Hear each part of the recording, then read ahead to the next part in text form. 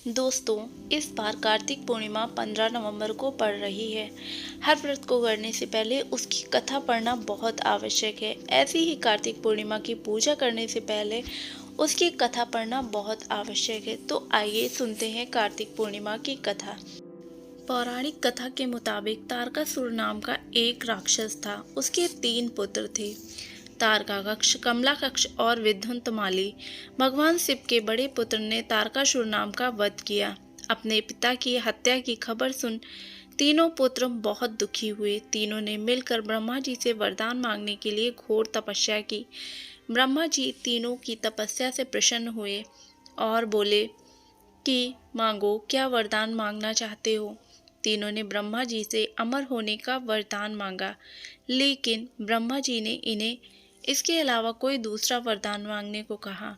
तीनों ने मिलकर फिर सोचा कि इस बार ब्रह्मा जी से 3 अलग अलग नगरों का निर्माण करने के लिए कहा, जिसमें बैठकर सारी पृथ्वी और आकाश पर घूमा जा सके।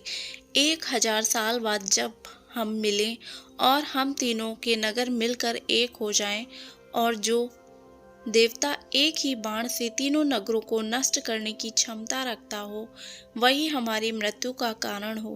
ब्रह्मा जी ने उन्हें ये वरदान दिया। तीनों वरदान पाकर बहुत खुश हुए। ब्रह्मा जी के कहने पर मैं दानव ने उनके लिए 3 नगरों का निर्माण कर दिया। तारकाक्ष के लिए सोने का, कमला के लिए चांदी का और विद्युतमाली के लिए लोहे का नगर बनाया। तीनों ने मिलकर तीनों लोकों में अपना अधिकार जमा लिया। इंद्र देवता इन तीनों राक्षसों से भयभीत हुए और भगवान शंकर की शरण में गए।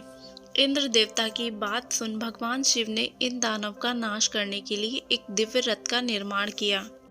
इस दिव्य रथ की हर चीज देवताओं से बनी हुई थी। चंद्रमा और सूर्य से रथ के पहिए बने हुए थे। इंद्र, वरुण, यम और कुबेर ये रथ के 4 घोड़े थे। हिमालय धनुष बने और शेषनाग जी प्रत्यंचा बने।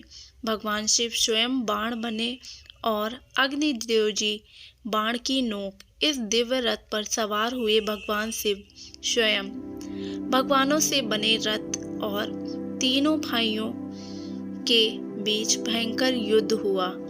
जैसे ही तीनों रथ एक साथ सीध में आए, भगवान शिव ने बाण छोड़ तीनों का नाश कर दिया। इसी वध के बाद भगवान शिव को त्रिपुरारी के नाम से जाना जाने लगा।